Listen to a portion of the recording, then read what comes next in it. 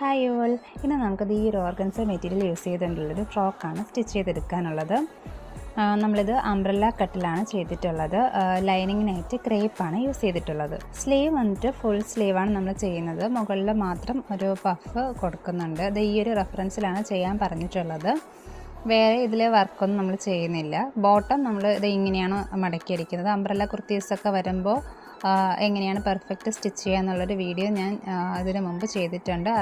അറിഞ്ഞുകൂടാത്തവർക്ക് വേണ്ടിയിട്ടൊന്ന് പറഞ്ഞുതരാം. ആദ്യം നമ്മൾ ഒരു പ്രാവശ്യം ഒന്ന് മടക്കി അടിക്കുക, എന്നിട്ട് അവിടെ തന്നെ വീണ്ടും ഒരിക്കൽ കൂടെ ഒന്ന് മടക്കി അടിക്കുക. അപ്പോൾ നല്ല പെർഫെക്റ്റ് ആയിട്ട് നമുക്ക് അതിൻ്റെ ബോട്ടമൊക്കെ കിട്ടും.